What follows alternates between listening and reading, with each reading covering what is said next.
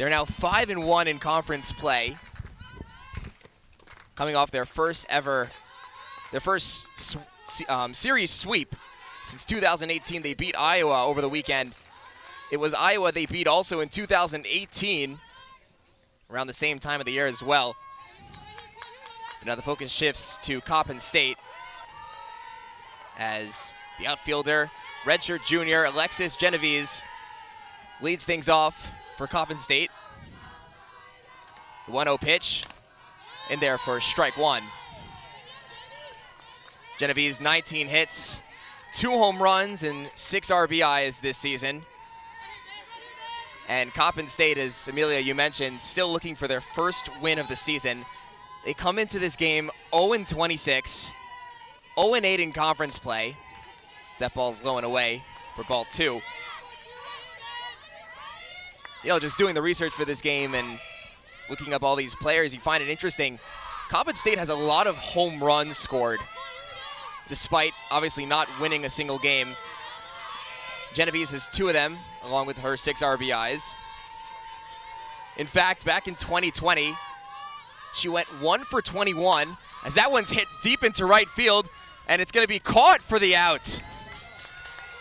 Marissa Burkowski in right field, racing back to the track to make a good first catch to get the first out of the day for Maryland.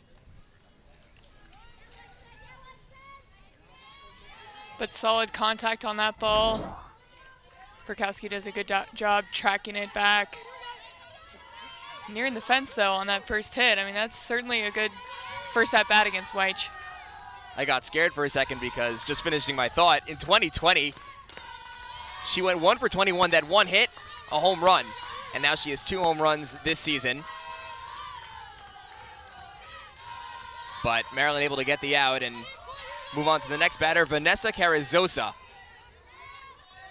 The sophomore has 17 hits, 5 RBIs this season. She watches that one go for ball 2.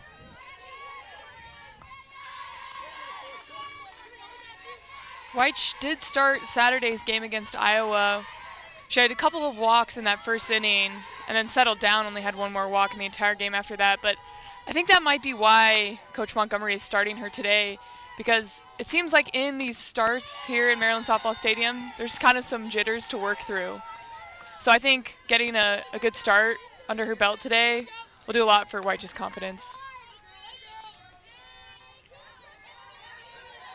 Weich allowed 5 hits, 2 earned runs in that game against Iowa. Maryland won 10-2. Maryland able to get out of that game in only 6 innings. They scored 6 unanswered runs in the first 2 innings. And ultimately came away with 10 by day's end, as that one is swung on for strike 1. Strikeout number 1 for Courtney Weich. Saw a big fist pump from Weich there. That's pretty nasty off speed, and showing that early in the game is so important because it keeps that pitch in the back of the hitter's mind for the entire game now. Seeing the replay, just got a little bit ahead of that pitch. You mentioned Weich. We were talking before the broadcast. You mentioned Weich was throwing over 70 miles an hour last weekend. That's impressive for a softball pitcher. Obviously, the distance between the pitcher's mound and home plate is a lot closer than in baseball, so you don't necessarily need to throw a 90-mile-an-hour fastball to throw these batters off. 1-0 pitch, hesitated a bit on, but a called strike.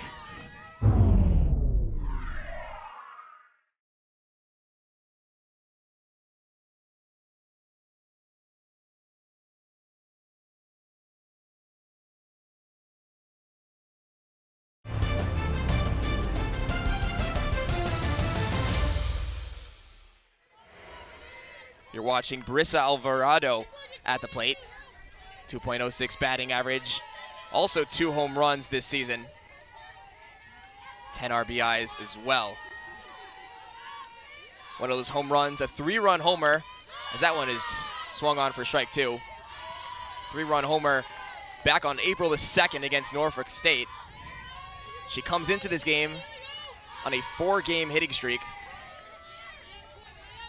Now needs to find one here with 2 strikes and 2 outs. The 1-2 pitch from Courtney Weich. A little bit low, but they are going to call it a strike. So Courtney Weich able to get out of the top of the first with 2 strikeouts. We'll head to break. We'll be right back on Big Ten Plus. In her last 2 appearances, she has not allowed a hit or a run. Granted, she's only played 2 innings in those 2 games. But we'll see what the redshirt junior could pull off today. The Terps combined for 29 hits this weekend in their series against Iowa. A lot of them are in clutch situations, as 11 of the Terps' 24 runs came with 2 outs, so they found a way to bring runners home when they needed it most. Campbell Klein in a tough situation after that off-speed strike. That pitch is high for ball 1. But you mentioned the clutch bats of the Maryland Terrapins. Head coach Mark Montgomery praised that as Campbell Klein launches one into center field, but it's going to be caught. Next up for the Terps, first out of the day for Coppin State. All the tournaments over, and now we're dealing with a more condensed schedule as Marissa Burkowski on the bunt, able to get to first base. A good roller. That one, not really expecting that one at all, but with these lefty hitters, they can lay down a bunt whenever it's necessary. And Montgomery's always going to be looking to see if that left side is ready for a bunt. Burkowski coming into this game with a .241 on base percentage, so yeah, probably not expecting that one. But she pulls it off and gets Maryland on as Mackenzie Greco steps up to the plate. .363 batting average, 4 home runs and 19 RBIs for the senior transfer from Furman University. Former first-team All-Southern Conference.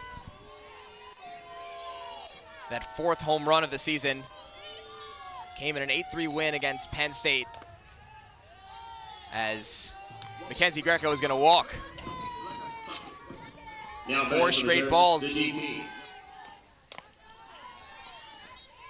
First pitch is a strike. Ellefson batting .322, 2 home runs this season. They came against Monmouth back in February the 25th. As this one's bunted, it's rolling and just goes foul. I thought maybe with that wet dirt, that one would be able to stick fair, but too much spin on it. That one was holding for quite a while and just got over the line. Catcher Melanie Aguilera does a good job of letting that one, reading that one and knowing that one was going to go foul. If she picks it up and plays it, it is obviously in play. And she'd have to make that quick throw to first base.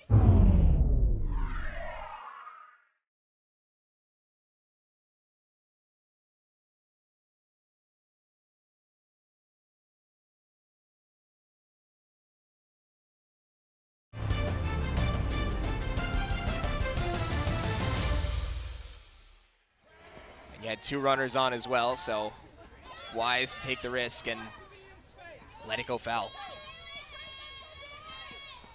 Rayum's been throwing a lot of off speed. Something that the Terps are going to have to figure out how to time up. The 0-2 pitch. Swung on, foul ball.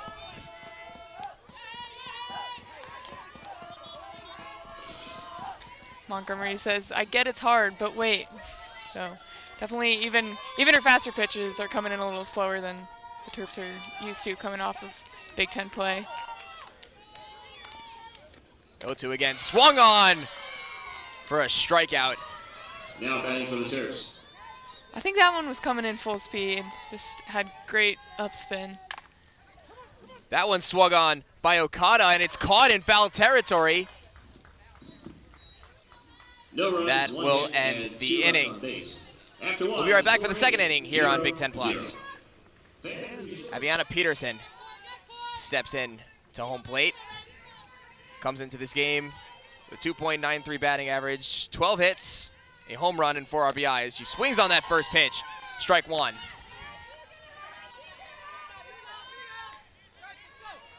There you see Aviana Peterson's stats. Coming into this game on a 4-game hitting streak. Trying to find the bright spots in an 0-26 season. That one is swung on once again. Strike two, despite the foul tip. White seemed to be going low and outside with 0-2, trying to get a strikeout pitch there, so expecting to see that.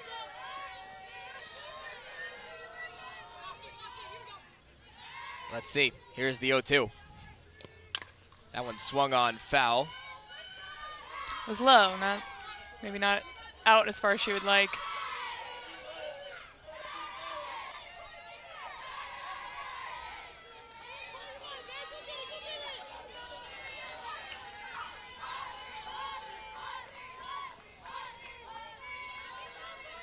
Once again for Courtney Weich. The hesitation from Peterson. They'll call it a ball. Peterson has 1 home run, as we mentioned, this season. It came back on March the 16th against Syracuse.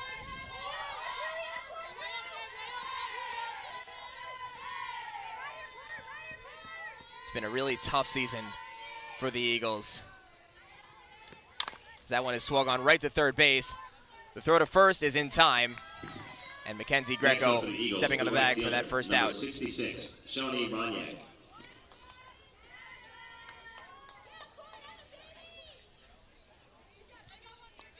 That brings up the outfielder, Shawnee Roniak.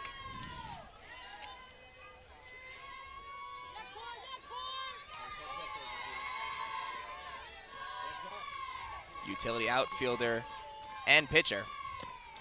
She swings on the first pitch, strike one. Roniak batting .276 this season. Still looking for her first home run, but has 7 RBIs.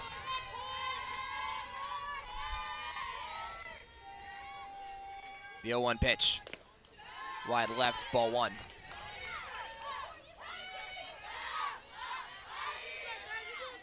Despite that ball, Courtney Weich doing a good job of finding the strike zone early this afternoon. Yeah, that's the biggest key for Weich to be dominant in the circle, is just getting ahead in the count and working to her own advantage. She finds herself now in a 1-2.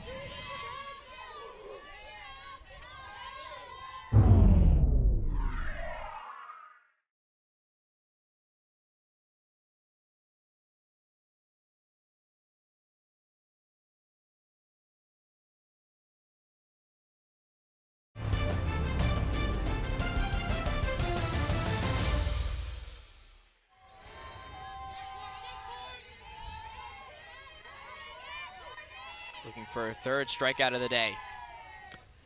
Swung on. Strike three. Now batting for the Eagles, the center fielder, number 35, Jaslyn Courtney Sanchez. Weich has had an excellent start to this game, and her infield is pumped. You see that low pitch, barely even above the plate. She definitely seems to be working that downspin a lot today. Weich can throw a rise ball, but haven't really seen one yet. Just relying on that ball that's dropping off the table. Up now for the Eagles, Michaela Caballero. Actually one of 2 sets of sisters on this team. Her sister Brooke, number 99, not playing today. She's so far inactive. Also the Carrizosa sisters, we saw Vanessa. Her sister Desiree, number 2, also inactive tonight. I think we've got freshman Jaslyn Sanchez up to bat, actually.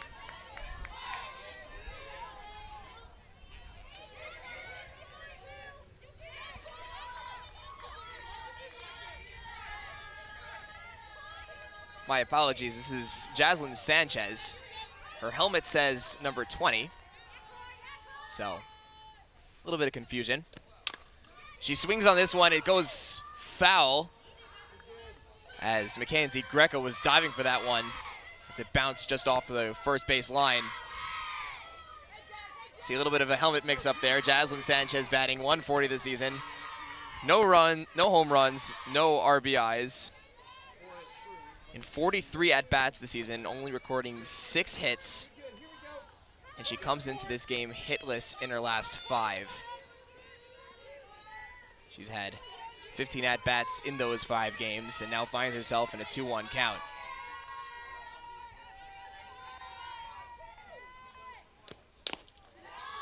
That pitch is low, but a little bit too low for the umpire's liking. 3-1 count. Saw some numbers flash from head coach Ashley Cook. Might be a take sign and play with the 3-1 count. As we see Courtney White already getting a little bit of coaching from Mark Montgomery. Through 1.2 innings, Courtney White has been perfect. All that on the line right here. The 3-1 pitch coming. That one's high, ball 4. Courtney White gives up her first walk Next of the day. Eagles, the shortstop, number 14, Isabella Zalba. Now the junior outfielder, Isabella Zalba, stepping up to the plate. The first runner on base for the Eagles, though Maryland has 2 outs to work with.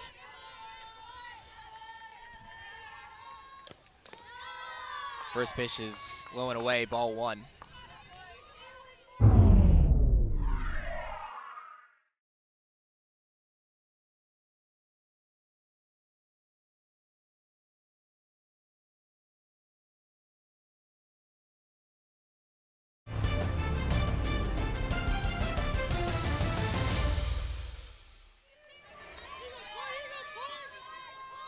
See Zalba's numbers on your screen, batting .250 this season.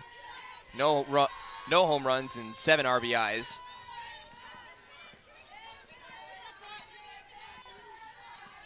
She started her college career at the College of San Mateo. She's from San Mateo, California. So electing to start her college career close to home before coming to Coppin State. She finds herself here in a 2-0 count here at the top of the second.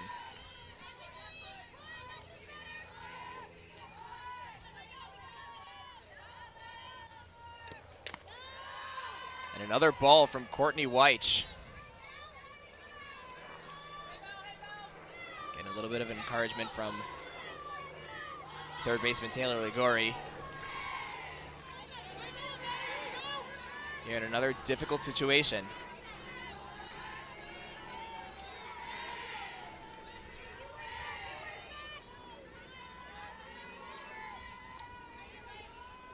.3-0 pitch.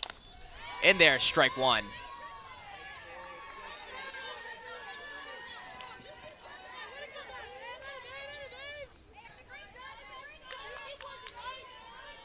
You know, at a certain point, perhaps it's worth asking, do you just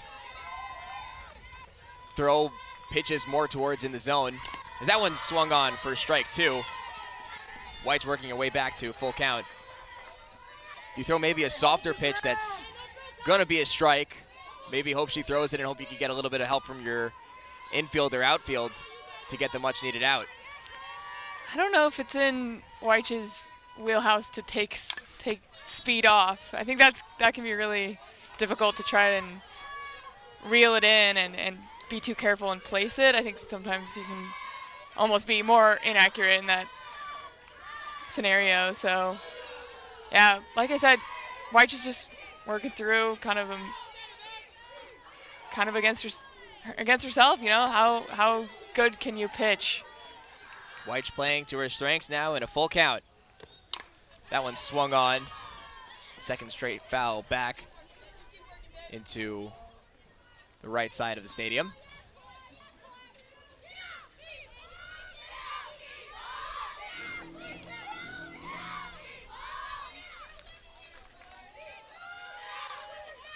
Terps have 2 outs here in the top of the second.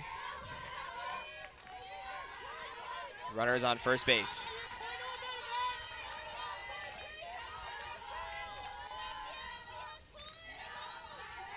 Full count once again for Courtney Weich. Way in the dirt. Looks like it slipped out of her hand a little bit. And 2 straight walks. Now batting for the Eagles, the catcher, number 7, Melania So what was looking Aguilera. like a great start for Courtney Weich has vanished. So we're going to look at that pitch again. Just coming out of her hand a little bit early.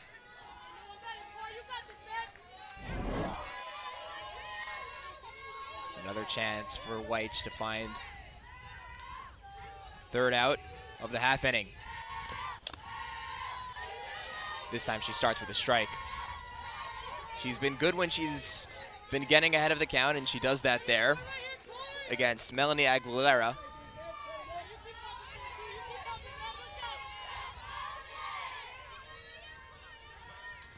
The 0-1. Swung on to center field. And the catch is made by Marissa No runs, Burkowski no hits, no errors. to end the half 2 left inning. on base. Still scoreless here in College Park. Score is We'll be right back 0-0. on Big Ten Plus.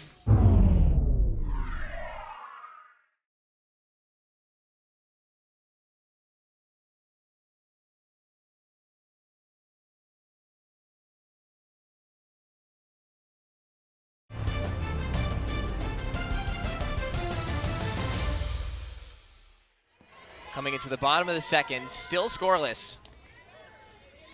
A rough half inning for Courtney Weich. Last we spoke. But Maryland now with a chance to heat up their bats a little bit. The Terps already have 1 hit in this game, as Taylor Ligori takes ball 1. Ligori, .242 batting average, still looking for her first home run of the season, but she comes in with 6 RBIs. Takes that pitch for a strike.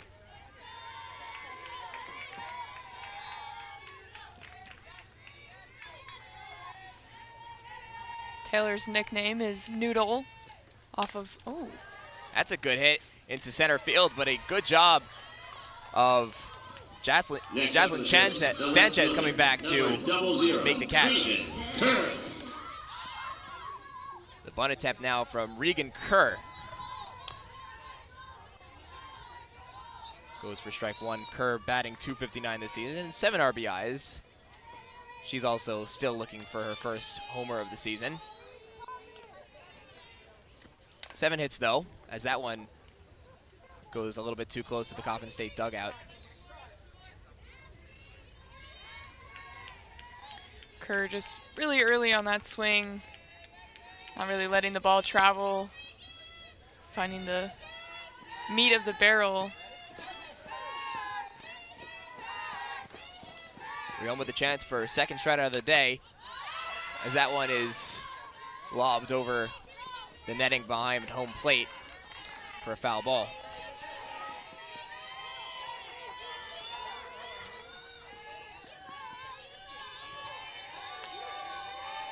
Rion's been solid today. Only 1 hit allowed, 1 walk, as that pitch is thrown for a ball. So 1 walk and 1 strikeout so far for Kaylee Riom. About to throw her 20th pitch of the day on a 1-2 count. Swung on for strike 3. Good off speed there from Kaylee Riom. Shortstop, number 20. And up at her. You saw on the replay a little bit of good movement on that pitch, coming up a little bit over the bat. Good swing there from Michaela Jones, but it goes foul. Now already the sophomore with one of the highest batting averages on the team, a .305, finds herself in an 0-2 count.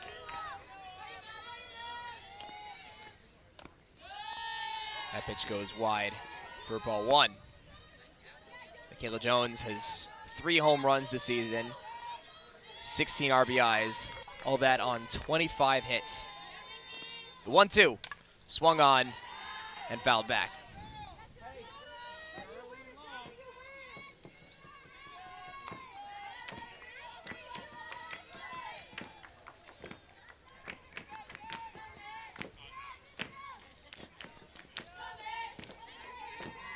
Jones able to stay alive. 1-2 pitch. Swung on to deep center field. This one's going way back. It is gone over the fence. Michaela Jones with a wicked shot. Terps the home run. Maryland up by 1.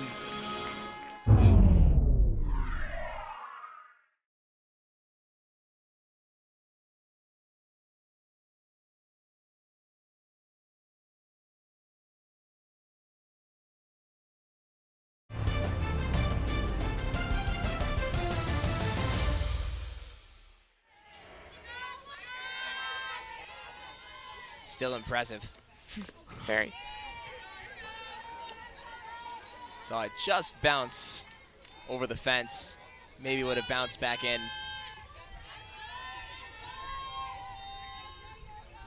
As Kylie Goff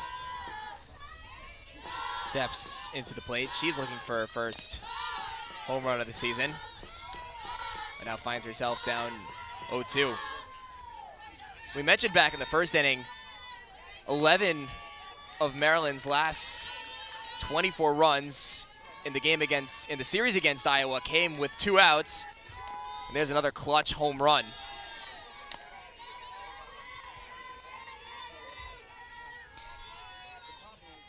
Mark Montgomery told the Diamondback, "We like playing series more than we like playing tournaments, and we're better suited for those." Now that Maryland in a more structured schedule, as Goff swings on that one, foul. Of course, the tournament portion of the season over. Maryland already having series against Penn State and Iowa under their belt. And after this game, it's conference games until the end of the season. Yeah, I don't blame Montgomery for preferring the series over the tournaments. Tournaments require a ton of travel. They only had 6 home games in the first 30 games of the season. Spoke about the comfort of just being in your bed and able to adjust to a routine. Can make all the difference. And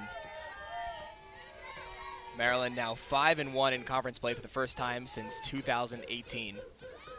Now up 1-0 on Coppin State.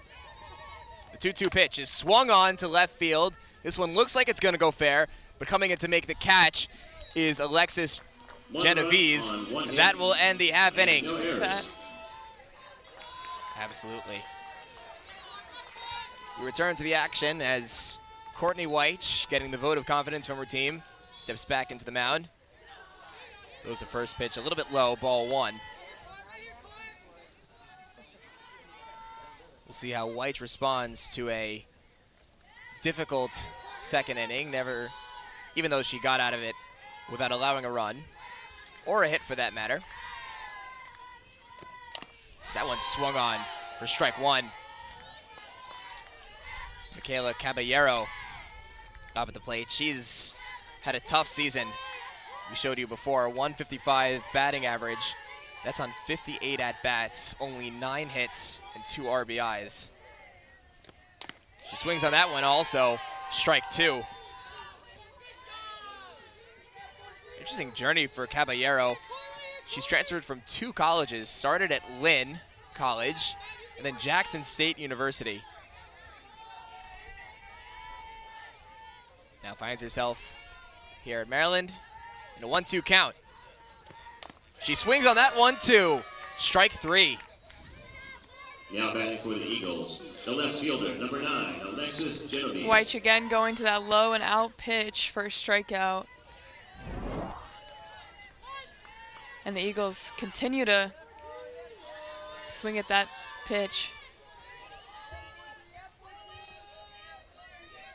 Getting some support from her infield too. It's got to be a good show of confidence for the junior pitcher. And we've got a new catcher behind the plate, number 10, senior Katie Dustin. Picks that last pitch out of the dirt.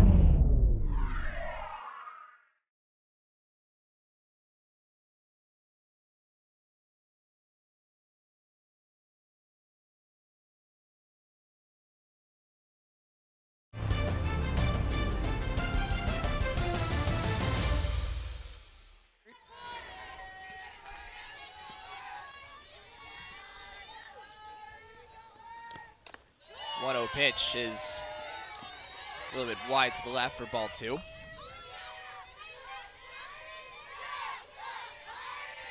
Today is National Student Athlete Day, and catcher Katie Dustin is the president of the Student Athlete Advisory Committee here at Maryland. So definitely the person to celebrate. Student Athlete Day, recognizing, of course, all the student athletes here at Maryland and across the United States. It's not easy to go on the road and play a bunch of games and commit to a grueling schedule while also dealing with college. We're student broadcasters here in the booth, and just researching these players is a ton of work, not to mention actually getting on the field or the court and playing and practicing every single day. It's really quite the commitment and deserves to be commended, whether or not an athlete is on scholarship. It's for the love of the game. 2-2 pitches swung on, and a strikeout for Courtney Weich.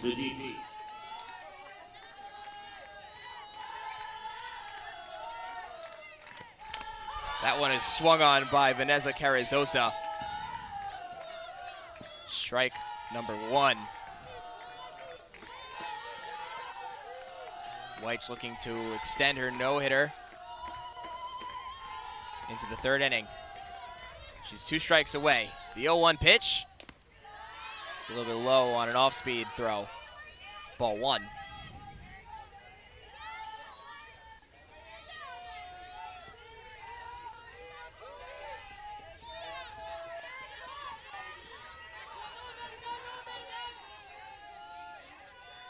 The 1-1 pitch.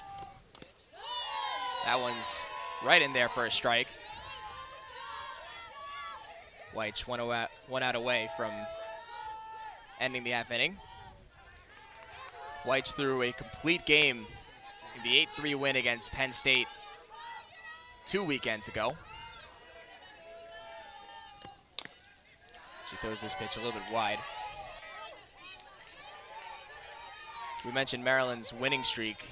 It's at 5 games. It could have been 6 if not for an over 24-hour marathon game, a 10-inning one against Penn State that started the series. Maryland lost that one 2-1 as the 2-2 pitch is up high, and now we're at a full count.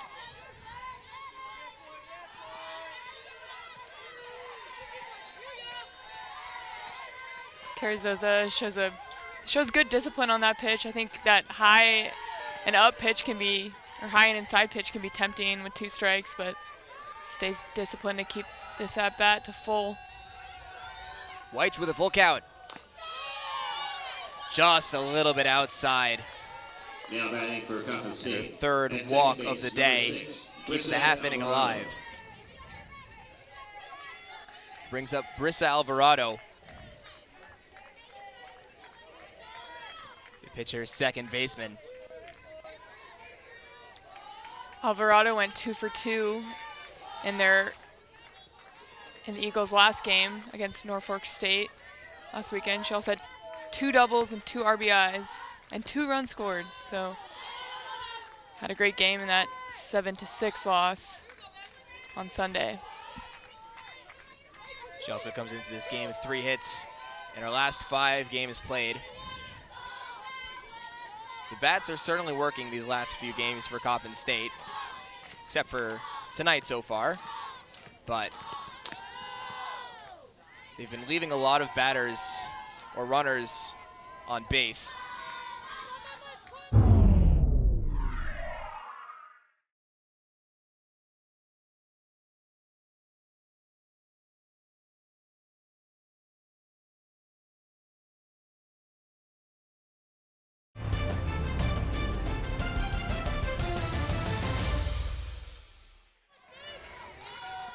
Left 2 runners on base in the previous inning, which were both walks. They have 1 on first with 2 balls now to Alvarado. Ball 3 is a little bit high to the right. So again, Courtney Weich, after starting this half inning strong, finding herself in a difficult situation. Another opportunity for Coppin State to get 2 runners aboard. We'll see what Weich does with a 3-0 count. The bunt attempt actually fell low on the pitch from Weich. And indeed, Coppin State has runners on first and second. Number 13, Aviana Peterson. And it's Peterson up again for Coppin State. She has that 1 home run we spoke about.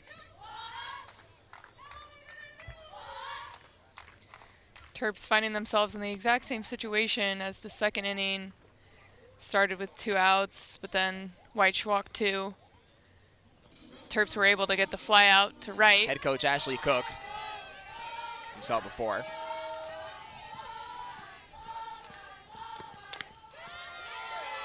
Courtney Weich throws that one for a strike. It's an important pitch to come back on after throwing 4 straight balls. Again, Weich just kind of competing with herself here. The Eagles' bats are not going to beat her tonight. She just needs to pitch at her level.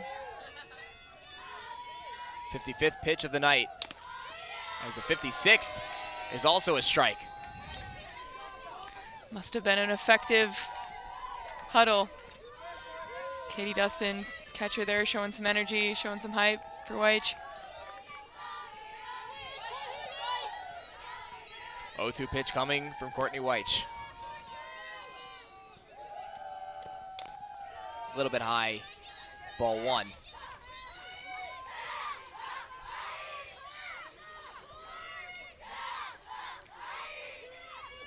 Peterson grounded out to third base in her last at-bat, also with 2 strikes. Let's see what she does here on a 1-2. Hesitates a little bit, and they call her for strike 3.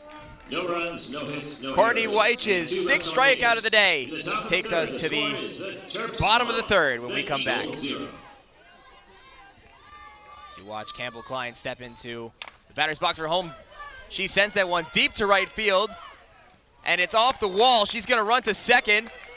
They still can't pick up the ball in the outfield. This might be an inside the field home run, but she'll think better of that. Stopping at third. Klein from having any thoughts of coming home. As that one is grounded past the first baseman, Klein will score as Marissa Burkowski chops one over the glove of Michaela Caballero.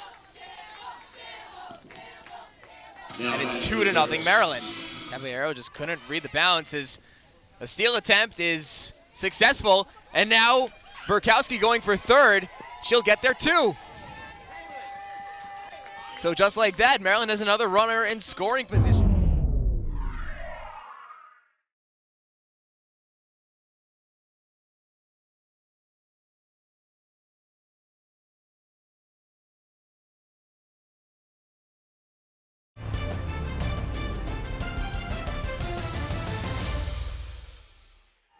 With Mackenzie Greco at the plate.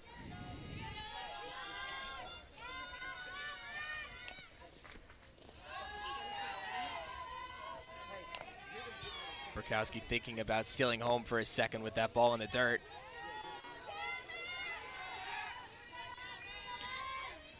Greco is definitely the person you want up to bat in this situation. She hammers that one past the second baseman. Burkowski will score, and Greco will hold short at first base on a hard hit in the gap between first and second. Haley Ellefson. First pitch is a ball. Ellefson has 2 home runs this season. More importantly, 16 hits and 15 RBIs. Excuse me, 19 hits and 14 RBIs.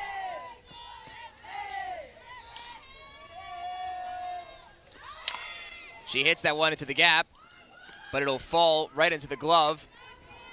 And the pinch runner, Cameron Davis, has to run back to first. At second base, number 27, Taylor Okada.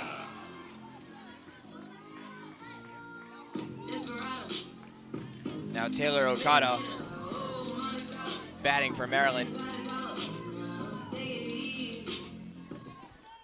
Okada's didn't register a hit in the Iowa series, but went 4 for 4 in that last game as this pitch is wild, and Cameron Davis makes it to second. Mentioning Taylor Okada. Although she didn't register any hits against Iowa last weekend, the weekend before against Penn State, she went 4 for 4 in the 8-5 series opener against Iowa. Her 4 hits were a tie for the career high she set back in 2020. As the senior faces a 1-1 count, third pitch is a ball. Roniak consistently throwing to that left side of the plate. Haven't seen her throw anything inside since starting and during warm-ups. Now Davis will run to third. She's safe as the third baseman, Isabella Zalba, or she's an outfielder, but she was covering at third base. She dropped the ball. Here you'll see it again. She had a chance to make that tag, but the ball just slipping out of her glove. Meantime, Okada takes ball 4, and Maryland now has runners on the corners. Made what was a bad situation for Coppin State a little bit worse after the pitching change. The bunt attempt, no good, but the throw to second, and now Okada's in trouble, but she's able to run back to first. In the meantime, Cameron Davis is safe at home as the throw home in time. That one's punched over the gap between first and second. Ligori running to second as Taylor Okada will come home to make it a 4-0 game on an RBI double from Taylor Ligori. Excuse me, it's 5-0.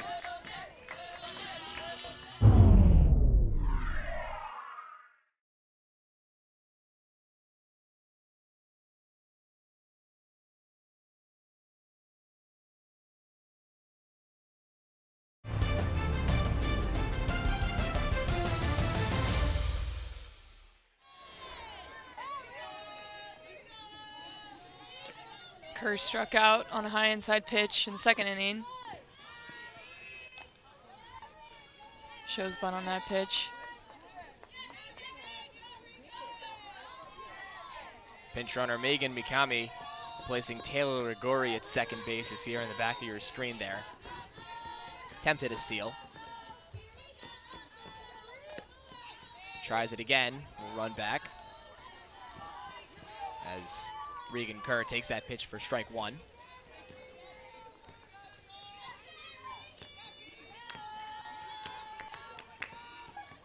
The 1-1 pitch. That one's off the pads of the catcher, and Megan Mikami makes it to third base. So another wild pitch. And Ashley Cook is not happy. Looks like we might be seeing another pitching change here. With Roniak in a 2-1 count. That one swung on by Kerr, but fouled back. Kerr just a bit under that pitch, dropping her back shoulder there. Don't forget about Mikami at third. 2 strikes, 2 balls. That one is high. It'll bring up full count.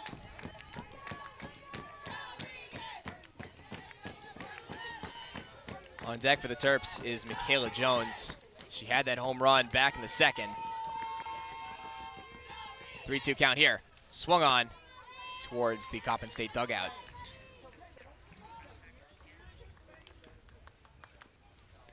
That last pitch appeared to be a little bit of an off speed for Moniak.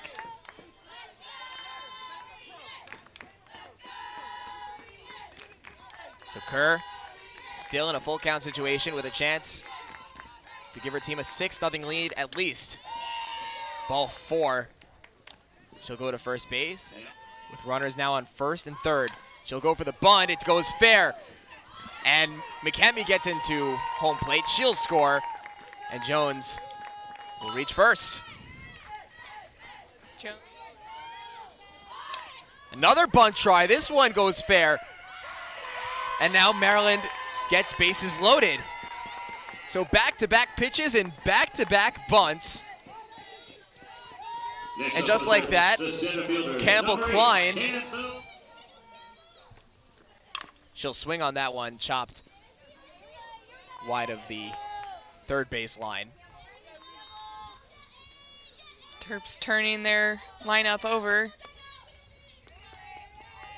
Klein started the inning with a triple on the first pitch of her at-bat. Went off the wall and struggled to be contained. There's an 0-1 pitch. Goes wide to the left for ball 1.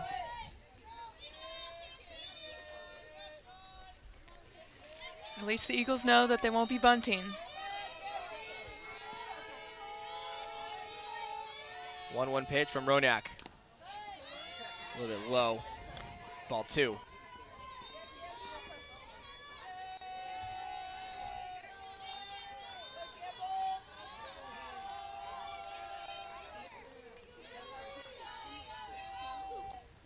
That one is high and a wild pitch. Runners get a little bit confused. You saw Carrizosa, or excuse me, Alvarado calling for it at first base. She was upset.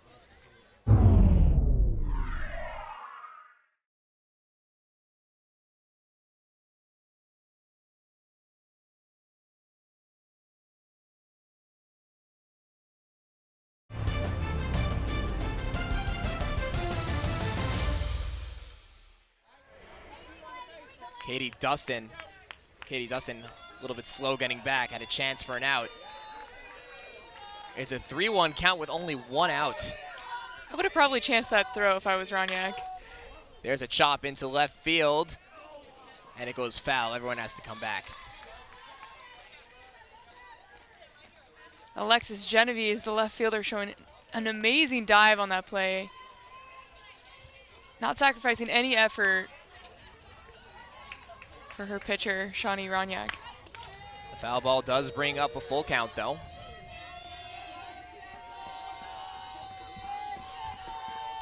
Roniak looking for her first strikeout of the day. First chance to do that. 3-2 pitch. Low. That'll be a walk, and Maryland will score another run. Regan Kerr will come home, and it's a 7-0 Terps lead. Burkowski start in her last at-bat in the same inning. Hit one up past the first baseman for an RBI. Already 1 ball against Shawnee Roniak. Make it ball 2. Roniak gonna have to dig deep in this inning. Find a way to throw some down strikes, hopefully get a grounder. There's a chop that will go foul.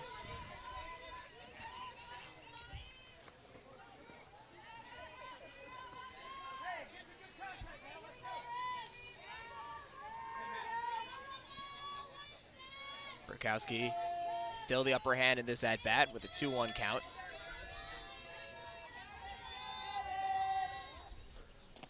The pitch is low to the left, ball 3. So Roniak in some serious trouble.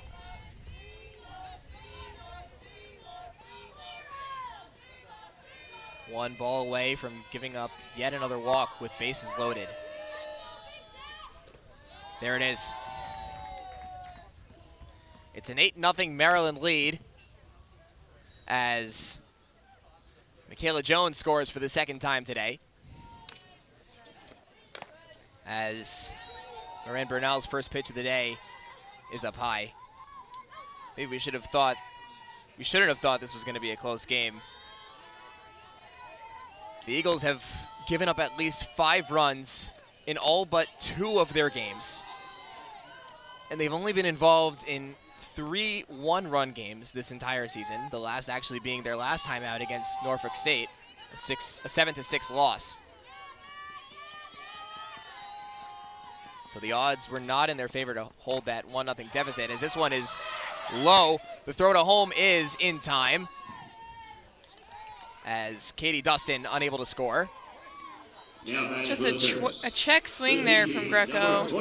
That's a disappointing out because you want to at least put a real swing on the ball. Inning. As Ellefson chops that one, and the force out at first is made, and quickly Coppin State gets out of trouble. 5 hits, 2 errors, and 3 left on base. We'll come right back for the 4th inning coming up on Big Ten Plus.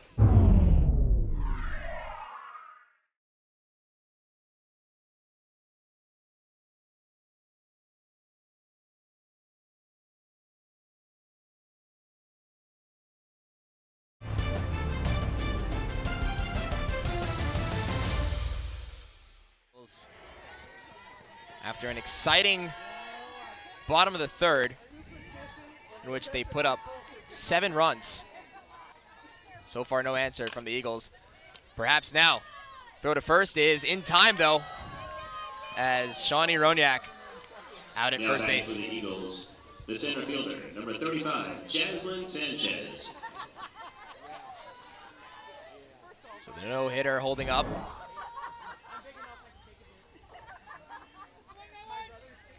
Ligori collects that one well.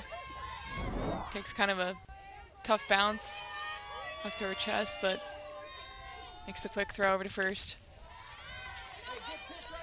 If Wedge could hold up her no-hitter. We are in mercy rule territory. So if this score holds, we'll be done after 5 innings. The 1-0 pitch. Jaslyn Sanchez walked in the 2nd inning. Showing some discipline again in this at-bat, going 2-0.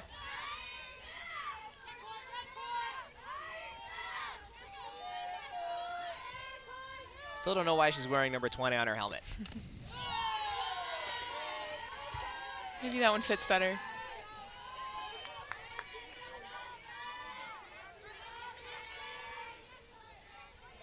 Surprised the umpires haven't said anything either. Here's a 2-1 pitch. In the dirt, ball 3. So interesting enough, we've seen White with good starts to her innings and then find herself in a bit of trouble towards the end, but here's White in a 3-1 count, facing her 2nd batter of the half inning. Here's the pitch. Low to the right, and that's a walk. Now batting for the Eagles, the shortstop. Perfect game was already gone a couple innings ago, but that's White's 5th walk of the game. And that's something you really want to work out in these non-conference games, because the Big Ten opponents are definitely going to take advantage of those unearned base runners. There's a good strike from White. Pitch looked like it had a little bit of a curve on it. Able to fool Isabella Zalba, number 14 at the plate for the Eagles.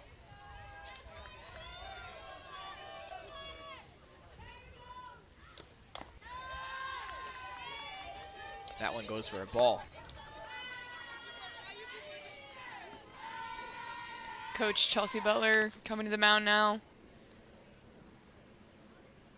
Still in a good position as only 1-1 count. Here's her pitch. Wide right. Trying to catch Jaslyn Sanchez a little bit off the plate.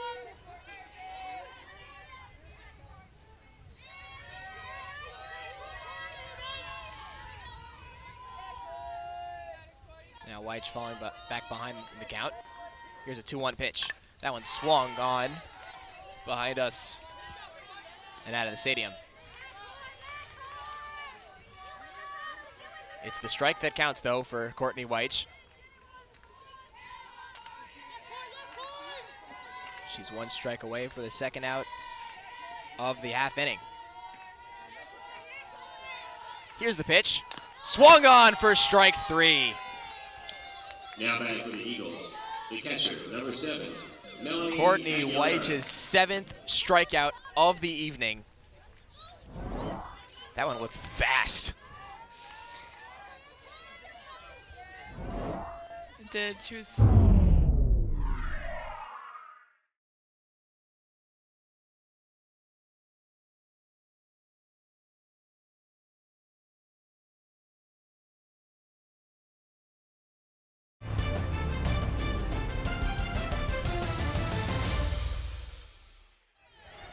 Not letting her walk again. Not with that heat. There's another fastball for a strike. That's what you want to see from Weich.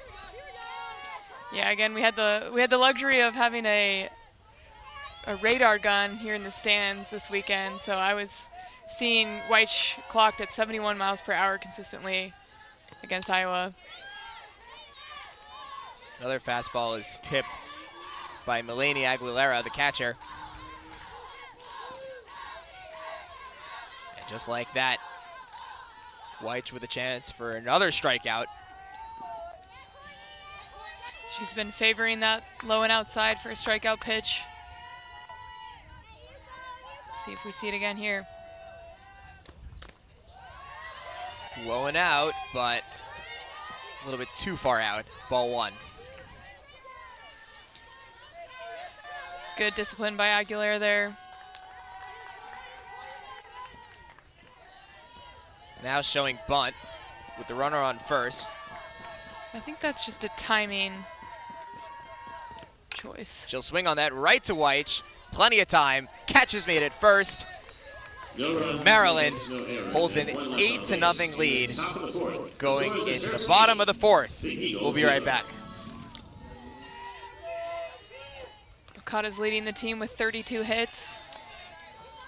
Looking for another one here. She's smiling on that slower pitch.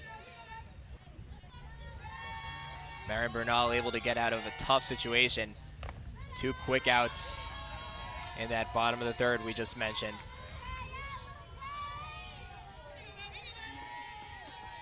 Okada walked in the last inning. Definitely a disciplined batter. Not really gonna get fooled swinging on something she doesn't want. She hits that one past the first baseman, and she'll pick up the single. So another missed catch from Michaela Caballero at first base. There's definitely a gap to her right that's just a little bit harder to make that catch. Maryland exploiting that a couple times tonight.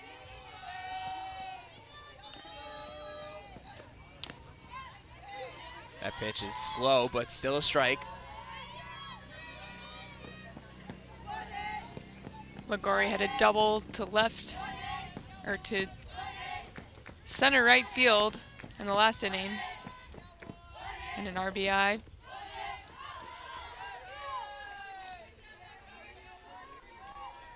Find yourself up in the count, 2 balls to 1 strike.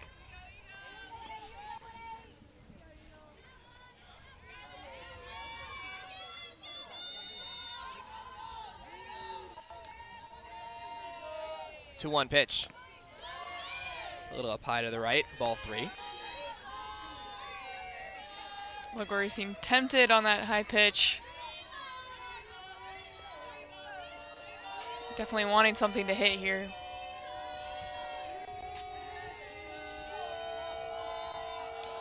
Three-one pitch. Strike. Just hanging a little bit over the right side of the home plate. And Bernal will work the full count. She's allowed 1 hit so far tonight. Here's the pitch. Swung on by Ligori. into right field, and coming back to make the catch is Runyak. Next up for the Terps, the left fielder, number 00, Regan.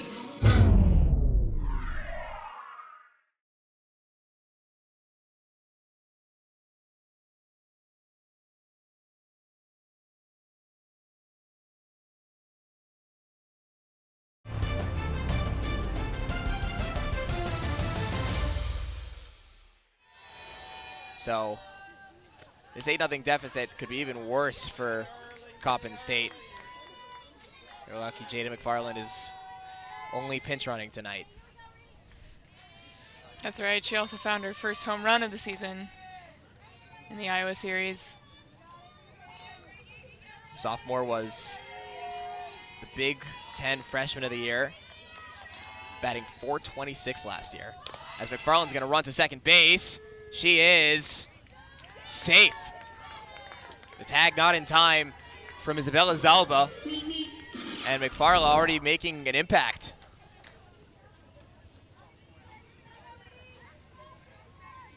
Watching the pitch go high, and Zalba just can't get her hand down. Had a good chance to make that tag, actually. There's another high pitch. McFarland looking again to run.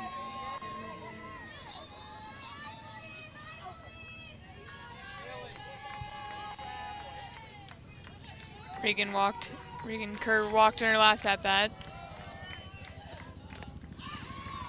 Swings on that pitch for strike 2. Bernal utilizing the off-speed well in her limited time on the mound.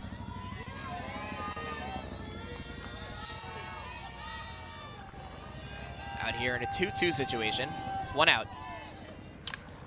That pitch is swung on. Fouled. Again, kind of dropping her bat head on that swing, getting under it a little bit. If she can find a way to stay on top of the pitch, I think she'll barrel one up. Once again, a 2-2 pitch. Swung on for strike 3. The first strikeout of the day for Maren Bernal.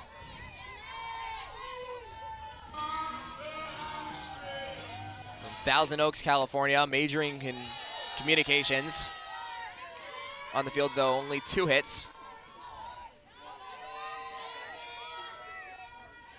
Got a great name, if I say so myself.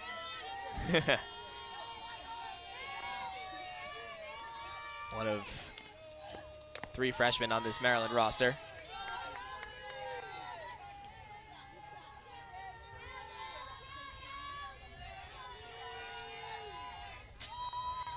Of course, Amelia Leck is not from Nebraska.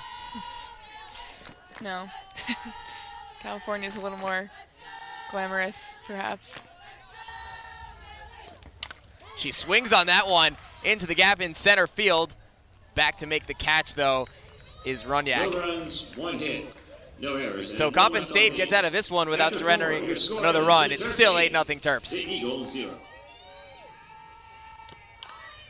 One attempt is fouled back. As you're watching Michaela Caballero, the catcher, face her second pitch of the at-bat. The Terps' other pitcher, Trinity Schlotterbeck, threw 7 strikeouts in the final game of the Iowa series on Sunday. White just matched that tonight, looking to surpass her teammate in this inning.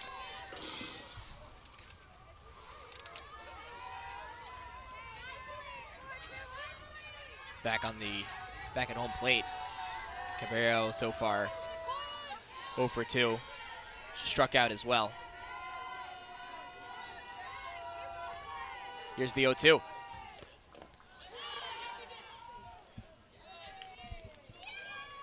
They'll signal for a strikeout. That's the key there. Hesitated, but didn't hesitate enough. As that's a swing for a strike. That pitch was low.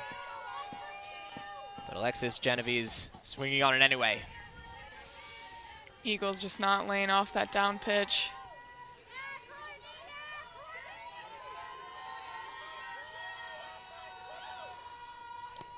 The 0-1 swung on.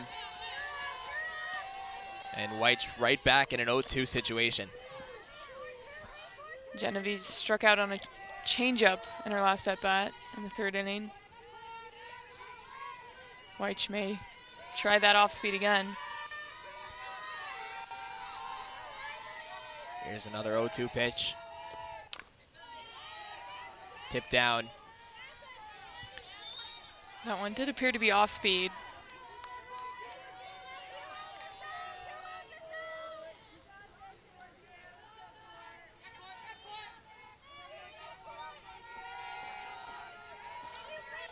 Oh, 2 yet again for Courtney White.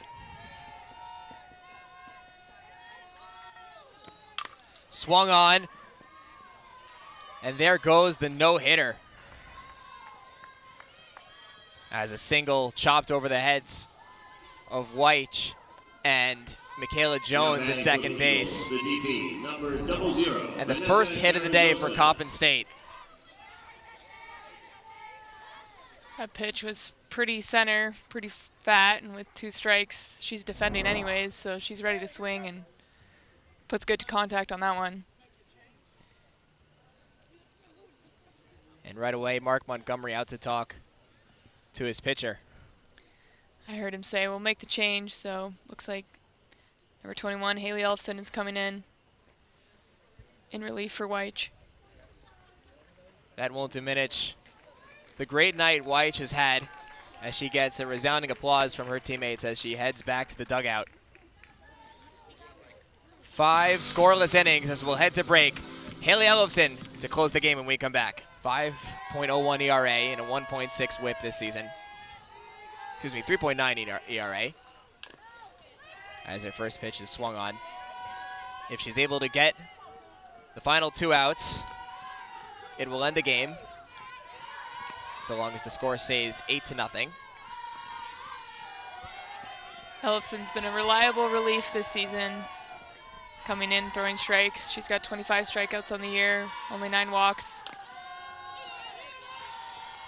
That's especially true coming into the Iowa series in the at home in the Capital City Classic.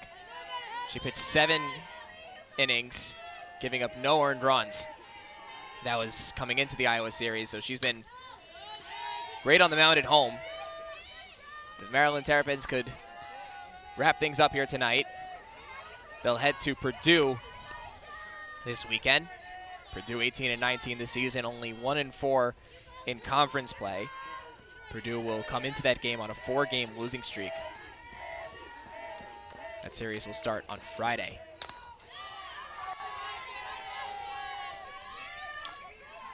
You definitely can't understate how well it works to change from a righty pitcher to a lefty pitcher, going from White to Elfson here, just coming from a completely different place on the mound, so that switch can be difficult for hitters to adjust to.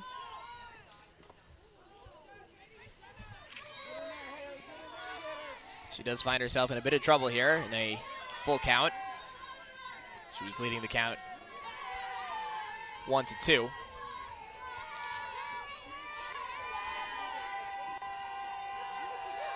Here's the pitch. Swung on to second. Can't be handled. The throw to first is not in time. So Vanessa Carrizosa reaches first base and Genevieve to second. On what was a little bit of a mishap from the infield.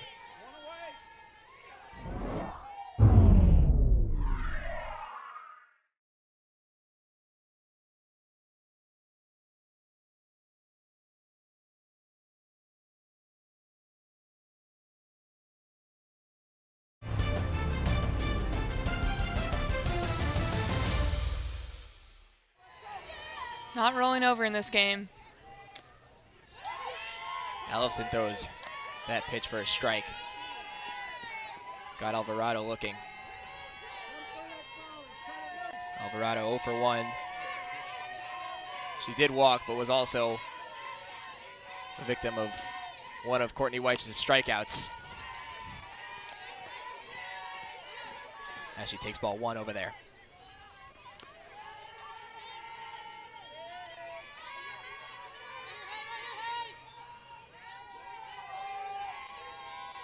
1-1 pitch. In there for strike number 2. As Ellefson looks for her first strikeout of the evening.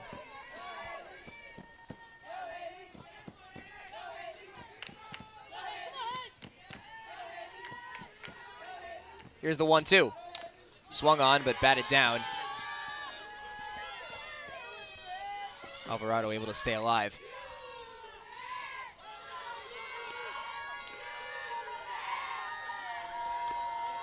Ellefson's definitely done her job so far in relief. Just throwing strikes and getting a grounder there in the last at-bat. You mentioned a little bit earlier, Coppin State has left some runners on base, especially in the earlier innings of this ball game. Here they are again with runners on first and second. One of their best batters in Briss Alvarado. She finds herself in a 1-2 count with only one out. On deck would be Aviana Peterson, who is their best batter in terms of batting average. As that ball gets out of the glove of Dustin. That one just barely catches the knob of the bat there. Perhaps trying to rise well on the 2-strike pitch.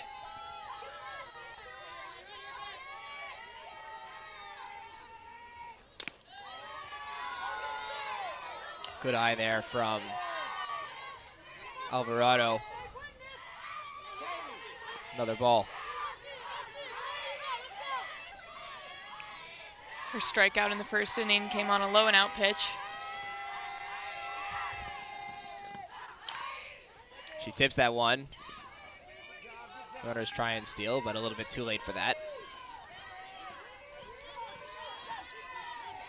Alvarado staying alive.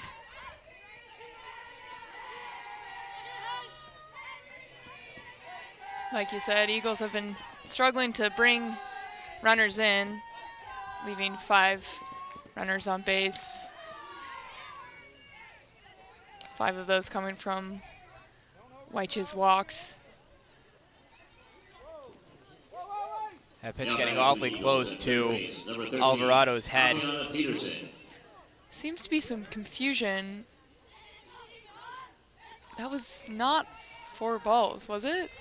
I think the scoreboard was a little bit off. There was a pitch that I believe went uncounted for. I was also confused, but I think that there was a pitch that didn't get put up on the scoreboard. It was a ball, and of course that one a little bit close to Alvarado's head, as we mentioned. So obviously ball 4. And for the first time tonight, Coppin State has bases loaded.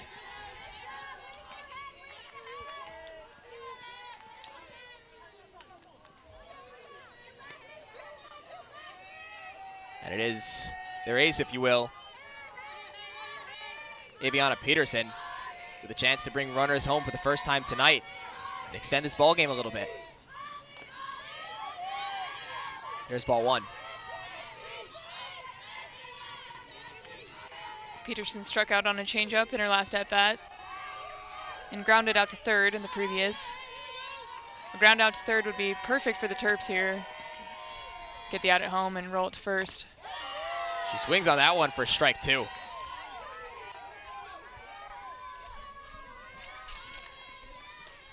Ellefson would love a strikeout here.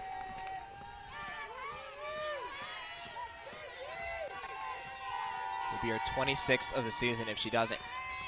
The 1-2 pitch. In there for strike 3. Now batting for the Eagles, the right fielder, number 66. A good pitch from Haley Ellefson. Now the Terps 1 out away from ending this ball game, as long as one of the 3 runners on base do not make it home. The swing on the first pitch. Strike 1. Shawnee Roniak's 0 for 2 today. Terps definitely looking to keep her over. 0-1 pitch, fouled back. Brings Maryland 1 strike away. She struck out on a low and out pitch in the second inning. Let's see what Ellefson decides to throw with 2 strikes. Ellefson to shut out for the 8th time. Swung on, and a strikeout for Ellie Ellefson. No runs, 1 hit. That is the 8th shutout against Coppin State. Maryland extends their winning streak to 6 games off back-to-back strikeouts from Haley Ellefson.